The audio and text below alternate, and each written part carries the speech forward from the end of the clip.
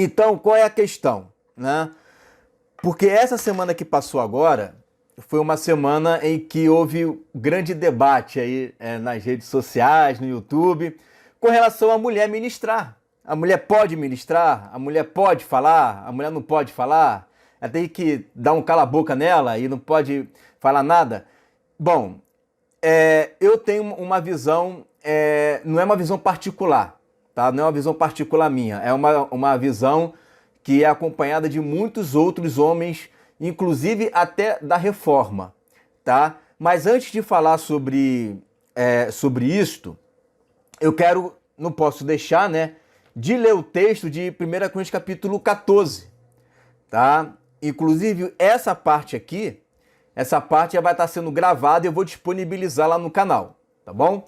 Então, olha o que diz aqui o texto em 1 Coríntios capítulo 14. Bom, primeiro é que o título do texto, a partir do verso 26, né, ele vai colocar assim, a ordem no culto. Vocês sabem que a igreja de Corinto era uma igreja que se localizava na Grécia, tá? E você sabe que na Grécia Antiga as mulheres eram apenas tidas como pessoas que deveriam cuidar dos maridos, cuidar das crianças e só, né? Elas não votavam, ainda que a Grécia foi colocada como uma primeira república, né? As mulheres não votavam, não davam opinião, as mulheres não poderiam falar, nem em público elas poderiam falar, isso era uma vergonha, né? As mulheres na Grécia falar em público, é só estudar um pouquinho assim de história, e eu sou formado em história, então no ensino médio se ensina isso, que as mulheres na Grécia, elas apenas cuidavam das coisas domésticas, tá? Elas não davam a ela a oportunidade de poderem opinar nada sobre política, sobre religião. Quando que a mulher ela tinha uma oportunidade? Quando ela ia para os cultos de mistérios, aonde as deusas, né, ali você vê a tríplice, uma tríplice, né, de mulheres que era colocada ali na Nova Era, né, que eram 3 mulheres ali, agora eu esqueci o nome delas, né? Você vê ali a deusa Gaia, você via vários cultos de mistérios em que a mulher era a cabeça, tá? A mulher era tida como aquela que era a líder direto. Mas, fora isso, fora essa questão da liderança da mulher nesses cultos de mistérios, né? No mundo cotidiano grego, a mulher não era nada. Você sabe que na Grécia havia duas partes da Grécia, que era a Grécia de Atenas e era a Grécia de Esparta. Já as mulheres de Esparta não, as mulheres de Esparta brigavam, tinham, né, a sua autoridade. A igreja aqui não era a igreja de Esparta, tá? E Paulo não está escrevendo para espartanas, está escrevendo para coríntios, ali perto ali de Esparta, mas não era Esparta ainda. Aí olha o que Paulo vai dizer. Que fareis, pois, irmãos, quando vos ajuntais, né? Congregar no culto. Cada um de vós tem salmo, tem doutrina, tem revelação. Cada um tem gente que tem doutrina, tem gente que tem revelação, tem gente que fala em línguas estranhas, tem gente que tem dom de interpretação. Porque o que acontece? Antes mesmo da diáspora, você vê que Tiago ele escreve assim, né? As igrejas... as 12 tribos que estão espalhadas. Por que Tiago escreve as 12 tribos que estão espalhadas? Porque antes mesmo de Jesus, já havia uma diáspora, já houve uma diáspora. Quando que aconteceu essa diáspora, gente? Quando as tribos foram espalhadas, né? As tribos do norte foram espalhadas. Então tinha sinagoga na Grécia, tinha sinagoga em Roma, tinha sinagoga em Alexandria. O mais famoso é Filo, um judeu, filho de Alexandria. Então, antes mesmo de Jesus, já havia sinagogas espalhadas no Oriente Médio, na Europa. Quando Paulo chegava, havia judeus ali. Quando Paulo chegou, se não me engano, acho que foi em Éfeso, não me lembro agora o nome do local, já tinha gente sido batizada por João Batista. Então, antes mesmo dos apóstolos, já haviam sinagogas ali. E aí o que Paulo fazia? Paulo simplesmente chegava lá, né? E ele anunciava Jesus. O que acontecia? O cronograma do culto era um cronograma farisaico. Paulo era fariseu. Então, era um culto orgânico, não é um culto igual a gente vê hoje, que é o pastor que prega, e é ele quem determina quem vai cantar, quem vai falar, quem vai dar oferta. Não é o pastor que faz o cronograma. Antigamente, eram as pessoas que chegavam lá e voluntariamente, organicamente, levantavam a mão e davam uma palavra. Lembra de Jesus, quando ele está lá no templo, quando ele tira um dos pergaminhos e começa a falar, hoje se cumpriu essa profecia? Ninguém deu a oportunidade para Jesus. Jesus chega e fala, porque nas sinagogas era assim. Então Paulo traz uma ideia de sinagoga para os locais de reunião. Então era orgânico, as pessoas iam e falavam de acordo como o Espírito mandava. Só que na igreja de Corinto isso estava acontecendo de uma forma desorganizada. E aí olha o que ele fala. Faça-se tudo para edificação. Se alguém falar língua estranha, faça-se isso por 2 ou, quando muito, 3. E por sua vez, haja intérprete. Pode falar tanto homem quanto mulher. Não há problema em homem e mulher falar, desde que haja intérprete, tá? Se não houver intérprete, esteja calado na igreja. Tem que estar calado o homem, tem que estar calado a mulher. Se não houver intérprete, aquele que fala língua estranha não pode falar. Ele pode falar consigo mesmo, né? Vamos lá. Verso 29. Eu falo em 2 ou 3 profetas, ou os outros julguem. Por quê? Olha agora, a partir do verso 29, o que ele vai dizer, tá? 2 ou 3 profetas falam e as mulheres poderiam profetizar, sim. Poderiam falar línguas, sim, tá? Elas poderiam ter revelação, sim. Como que não?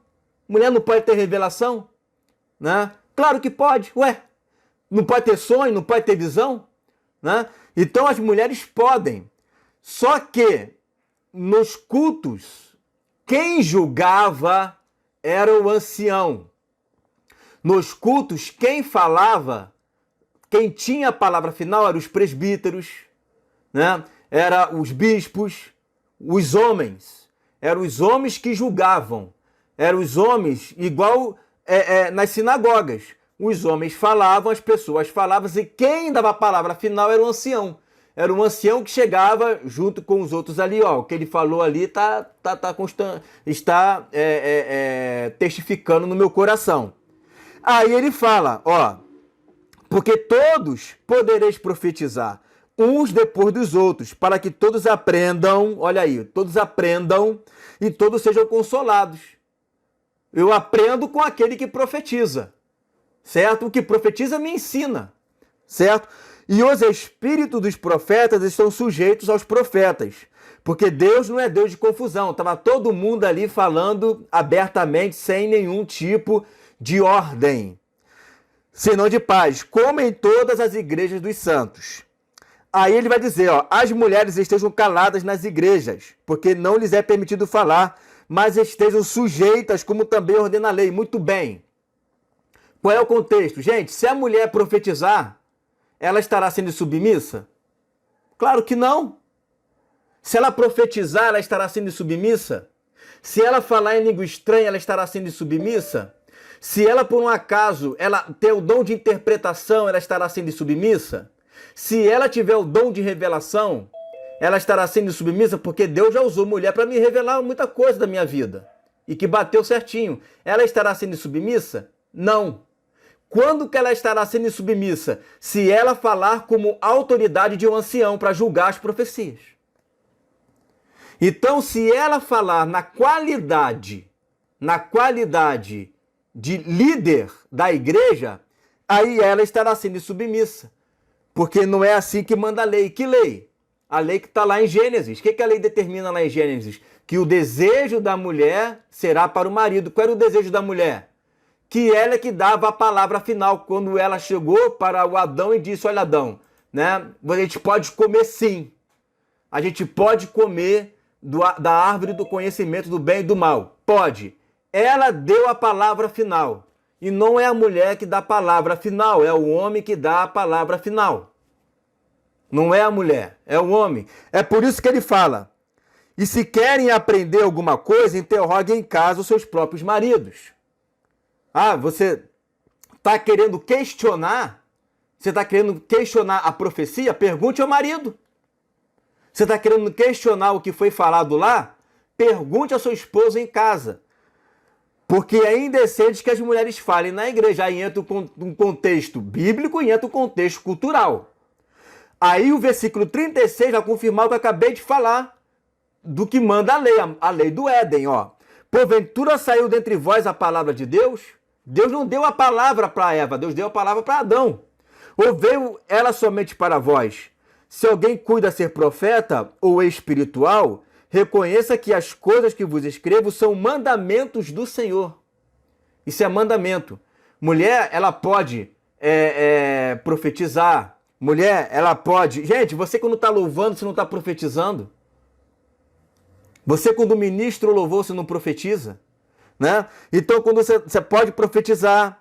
Olha aí, na profecia, enquanto você está profetizando, você está ensinando, que todos vão aprender, não é? E aí, quem vai julgar no final são os anciãos, são aqueles que são os cabeça. E é isso que Paulo está dizendo aqui, lá em 1 Timóteo 2, no capítulo 9 em diante, vai dizer assim, 1 Timóteo 2, versículo 9 em diante, que do mesmo modo as mulheres se ataviem em traje honesto, com pudor e modéstia. O que é modéstia? Reverência. Não com tranças ou com ouro, ou pérolas ou vestidos preciosos. Aí é uma questão de prioridade, não é uma questão de você não usar roupa chique, é questão de prioridade. Qual é a prioridade? É a reverência e o pudor, tá?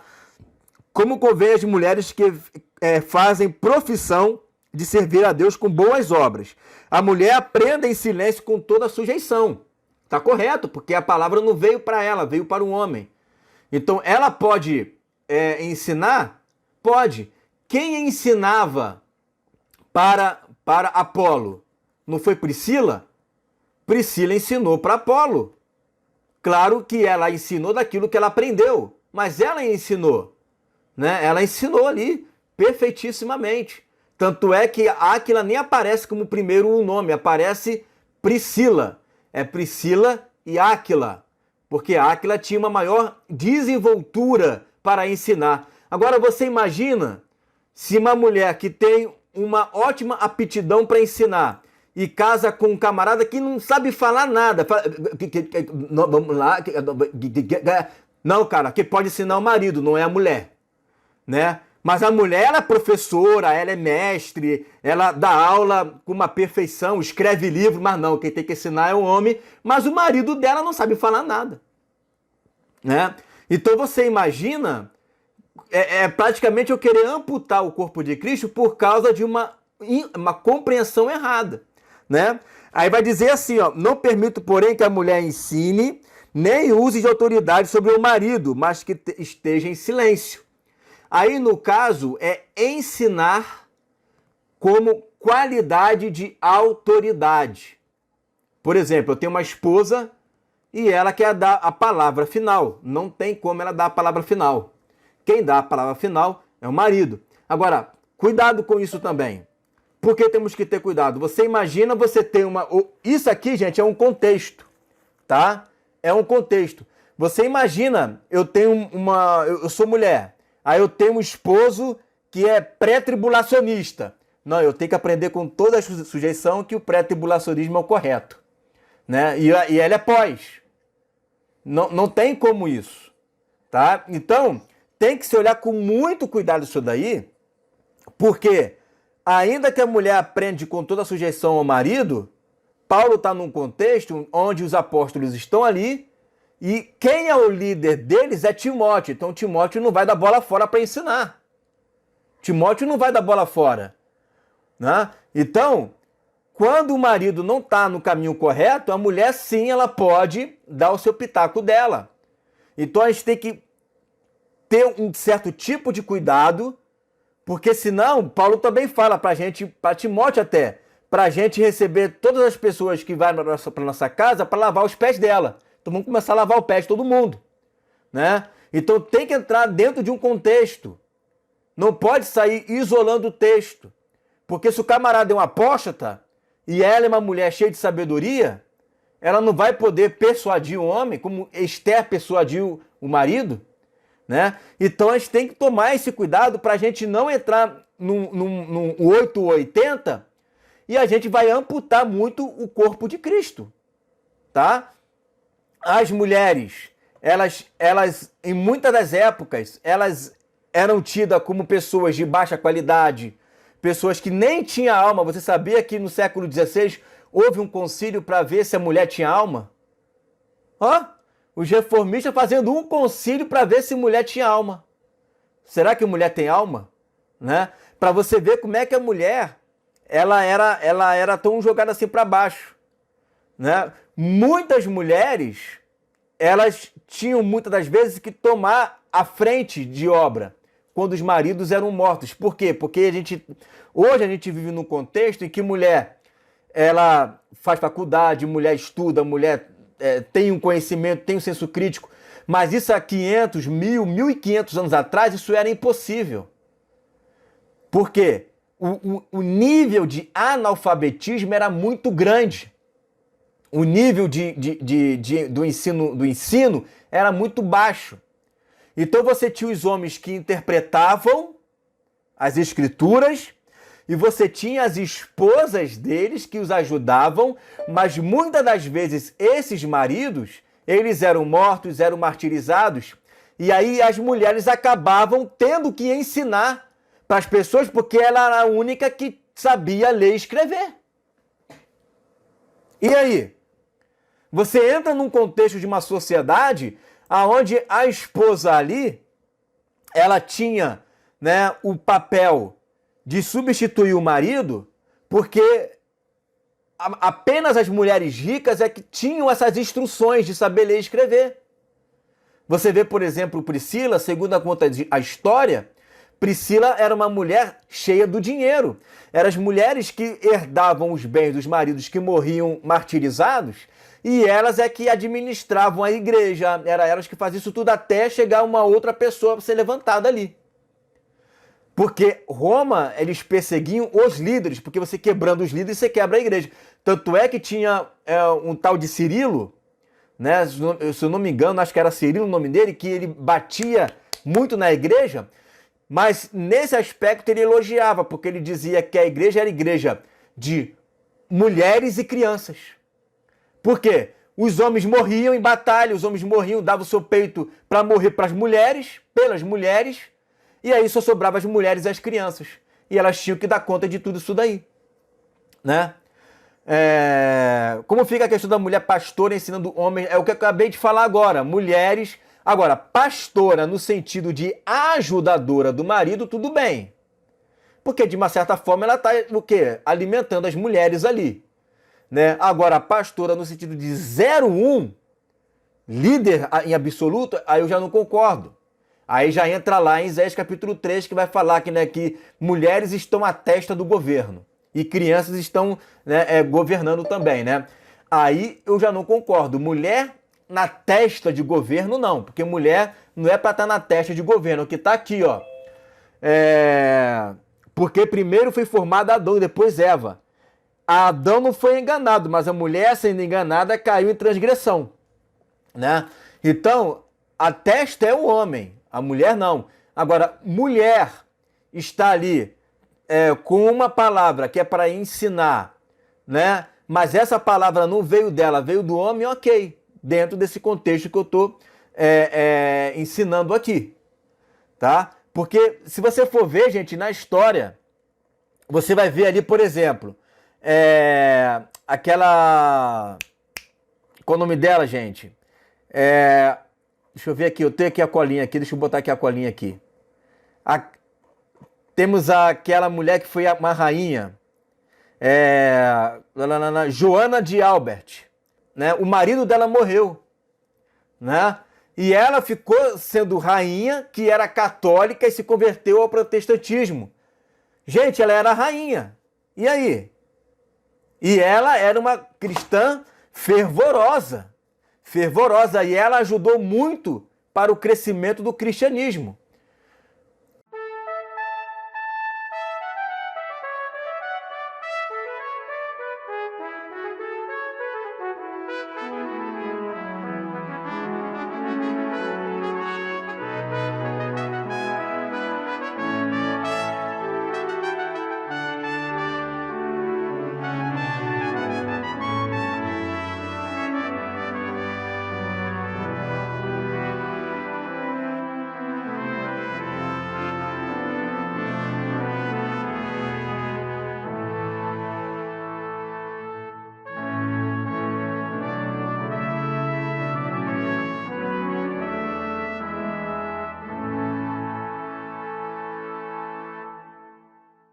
Mas é por causa do machismo, aí sim nós vamos entrar numa questão cultural.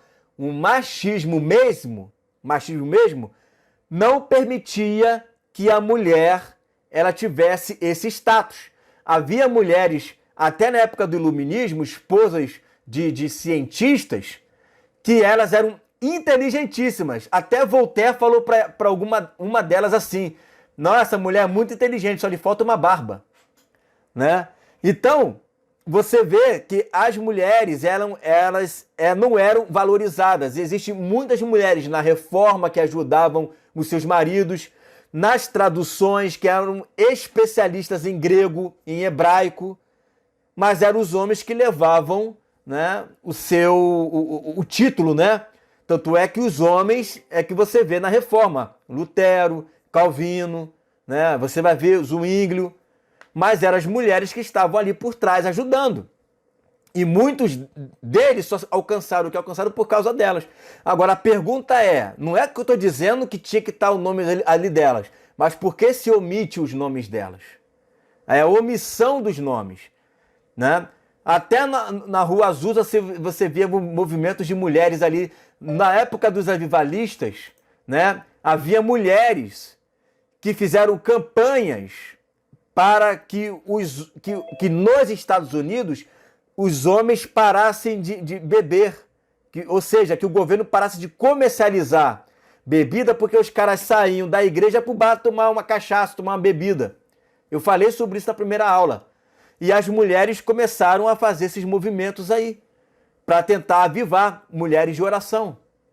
O problema não é a mulher ajudar, o problema é por que na história da igreja não se tem o nome delas falado também, só se fala de homem. Entendeu? Então teve muitas mulheres, como eu até estava conversando com a Luciana esses dias, ontem no caso, né? Que é da Perpétua e Felicidade, que foram martirizadas por amor a Jesus. Depois ela pode até falar sobre elas ali. Então, chegar e colocar a mulher, não, porque a mulher tem que ser submissa mesmo, não sei o quê. Dependendo do tom que você fala, você está menosprezando um dom que Deus deu para ela, né? Bispa, esposa de bispo, pode? Bispo, esposa de bispo, pode o quê? É ensinar? É governar? Né? Porque, ó, esposa não puxa o cargo do camarada. Não é porque o cara é apóstolo e casou com uma diaconisa que ela é consagrada apóstola, né? Uma coisa não puxa a outra, tá? Agora, se ela pode ajudar, pode, gente, né? Qual o problema? Ela, afinal de contas, ela nasceu para isso, para ajudar o marido, né? Débora foi uma grande mulher, Débora foi uma profetisa, tem uma Hulda foi juíza, né? Tá lá em Juízes também, Hulda foi juíza, estava lá julgando, né? Claro que tem um contexto de juízes, né? Estava havendo falta de homens ali também. Tem um contexto ali. Mas o fato é que a gente não pode chegar e dizer: ah, é a fulana que vai ensinar hoje? Então eu vou desligar porque eu sou homem, né? Gente, não é assim. Se fosse assim, Apolo não iria ouvir Priscila. Porque a Priscila ensinou Apolo. E está escrito. Isso está escrito. E uma mulher que vai de missões, ela não vai evangelizar? E a mulher lá de João capítulo 4, que Jesus ensinou para ela que ele era a água da vida. Ela não foi na cidade anunciando acerca de Jesus? E todo mundo foi querer ouvir acerca de Jesus? Então a gente não pode acabar trabalhando dessa forma como se a gente vivesse na Idade Média. como se a gente vivesse na Grécia Antiga. Não é assim. Jesus, ele passou a valorizar a mulher. A revelação da ressurreição ele não deu para nenhum apóstolo, ele deu para as mulheres lá na ressurreição. Foram as primeiras que ouviram o testemunho da ressurreição dele. Então Jesus, ele colocou a mulher num patamar que os próprios homens do Antigo Testamento, que eram machistas, terminavam com a mulher por qualquer coisa, queriam casar com 10, 15, 20 e pronto, final, acabou, né? Jesus, ele veio quebrando tudo isso. Ele veio quebrando. Ele veio defender as mulheres. E isso não é pauta feminista, tá? Isso não é pauta feminista. Isso aqui é para mostrar que a gente chegar e não querer ouvir uma mulher só porque ela não é do sexo, só não ouvir querer a voz de alguém só porque é do sexo masculino, você pode ter certeza que você vai perder muito das revelações. Muito mesmo, tá? Eu conheço casos, né, de mulheres, de uma mulher, por exemplo, que, veja bem, ela tem uma menina, né, que ela foi para a África, né, e ela prega ali para os africanos, e ela é uma jovem que não quer casar, é solteira, que quer se dedicar ao Senhor, né, e ela adotou 15 menininhos africanos, ela é cheia da grana, e é o coração, você vê muito mais mulheres com esse coração de visitar órfãos, de visitar viúvas, de fazer obra social. Mulher tem mais disso do que homem. Homem é mais coisa de sentar ali no sinédrio e ficar discutindo a lei. A mulher não, a mulher ela quer ir lá, né? E ao invés de ir para a guerra, vai para a guerra para cuidar dos feridos. A mulher é mais voltada para isso daí. A esposa de pastor pode ser chamada de pastora? Olha, até eu sou chamado de pastor e não sou pastor. Por que é o pastor? O pastor é aquele que cuida, é aquele que está ali apacentando. Se uma mulher apacenta a mulher, ela é pastora, né? Então, é mais ou menos por aí. Lucas 2 fala da profetisa Ana, da tribo de Aser, que estava no templo orando a Deus e conheceu Jesus. Olha aí, então, gente, as mulheres, né, elas profetizavam sim. As mulheres ensinavam? Não. Naquele tempo, não. Por quê? Porque isso era uma prática, né, que era vindo dos fariseus, dos homens. A mulher não tinha opção para nada, gente. Qual era o emprego da mulher na época? Era casar. Se a mulher não casa, ia morrer de fome. Olha aquela parábola da viúva que estava procurando aquela moeda perdida, né? Então, era viúva, né? Acho que a parábola é da viúva, né? Não me lembro direito agora. Mas você observa que o emprego da mulher era casar. Se ela não casa, se ela não gera filho, ela estava perdida. Olha a questão de Ruth, ela foi correndo arrumar um marido. Porque senão elas não tinham opção. Não tinha opção. Ela nascia para casar com alguém, né? Então a mulher, ela não era assim, tinha aquele valor que a Bíblia dá para ela. Agora, o interessante é que Paulo está escrevendo dentro de um contexto que eu já expliquei no início e que a gente tem que atentar para esse contexto. Porque senão a gente vai entrar num anacronismo bíblico. Paulo entra no contexto de véu. Você usa véu? Paulo entra no contexto de véu. Paulo entra no contexto de a gente lavar os pés daqueles que vão para nossa casa. Ou seja, o contexto daquela época também. A gente tem que tomar cuidado com isso para a gente não entrar num anacronismo histórico. O que é anacronismo? É você querer interpretar a Bíblia com a ótica dos olhos de hoje. E que não é a mesma coisa. Então, tem muita coisa ali na Bíblia. Por exemplo, 1 Coríntios capítulo 7. A mulher, para casar, tinha que pedir permissão para o pai. Era o pai que escolhia. Que vai casar. Vamos para a Bíblia, então? Novo Testamento. Então, a gente tem que ter dentro, né, de uma leitura bíblica, a gente conhecer o contexto. Paulo fala assim, saudais uns aos outros com ósculo santo. Então agora eu vou ter que sair beijando todo mundo. Vou lá na casa do Pedro dar um beijo Pedro, porque está escrito na Bíblia, no Novo Testamento. Então a gente tem que começar a ler a Bíblia com o contexto histórico também da época. O que Paulo também está falando ali para Coríntios, para Timóteo, que era uma igreja na Grécia, tá? Era o seguinte: vocês já estão dentro de um contexto cultural.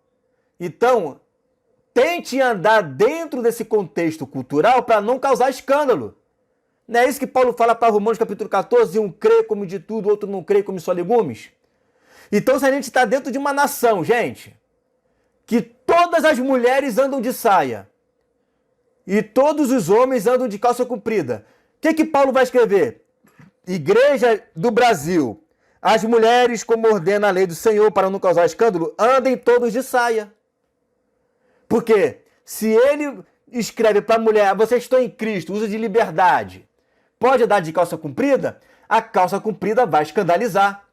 Se comer carne já escandaliza, então não come carne, coma verdura com camarada, porque você vai jogar aquela obra de Cristo no lixo, por causa de comida. Então, como manda a lei, gente, vamos obedecê-la, né? É o que Paulo também está dizendo. Então você tem que entender todo um contexto bíblico, histórico, cultural, para que a gente não caia num anacronismo. Só vou ler aqui e já vou passar para a irmã Luciana. Deixa eu ver aqui. Deixa eu ver. Tem também Trífena e Trífosa, nomes lindos, né? Pois não, você vê também, André, que Paulo ele começa a dar nomes às mulheres. Na Bíblia você vê contando homem, mas não conta nem mulher nem criança. Paulo começa a nomear as mulheres. A Bíblia passa a dar um valor para as mulheres que não dava antes, né? Saudações a Trífena, Trífosa, irmãs que trabalhavam no serviço do Senhor, diaconisas, né?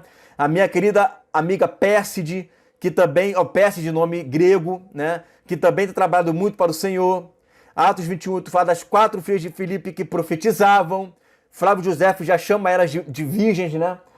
Eu recomendo a vocês a nossa irmã Febe, que é diaconisa da igreja de Sencreia. Eu fiquei em pausa depois que vi o tema onde as mulheres precisavam permanecer em silêncio, porque eu tenho gravado vídeos com mensagens. Fiquei pensando, será que estou fazendo errado? Pois é. Aí você imagina, né? Todas as mulheres têm que ficar em silêncio. Gente, 70% das pessoas que fazem o seminário são mulheres. 70%. São as que chamam. Quando Jesus fala assim, e de fazer discípulos, como é que a mulher é só para homem aquilo dali? Para mulher não é. É só para homem. Mulher também tem que fazer discípulo, né? Então, qual é o problema? Qual é o problema? Eu estou pensando seriamente em chamar uma mulher para te fazer uma live aqui. Seriamente. Uma mulher com uma inteligência incrível. E que é muita burrice do camarada não querer ouvir ela só porque ela não tem um órgão genitário masculino, né? A carta ao Corinto trata muito da cultura da época, de muitas coisas que não faz parte do nosso contexto de vida. Exatamente. Então, gente, olha só, vamos fechar aqui. Então,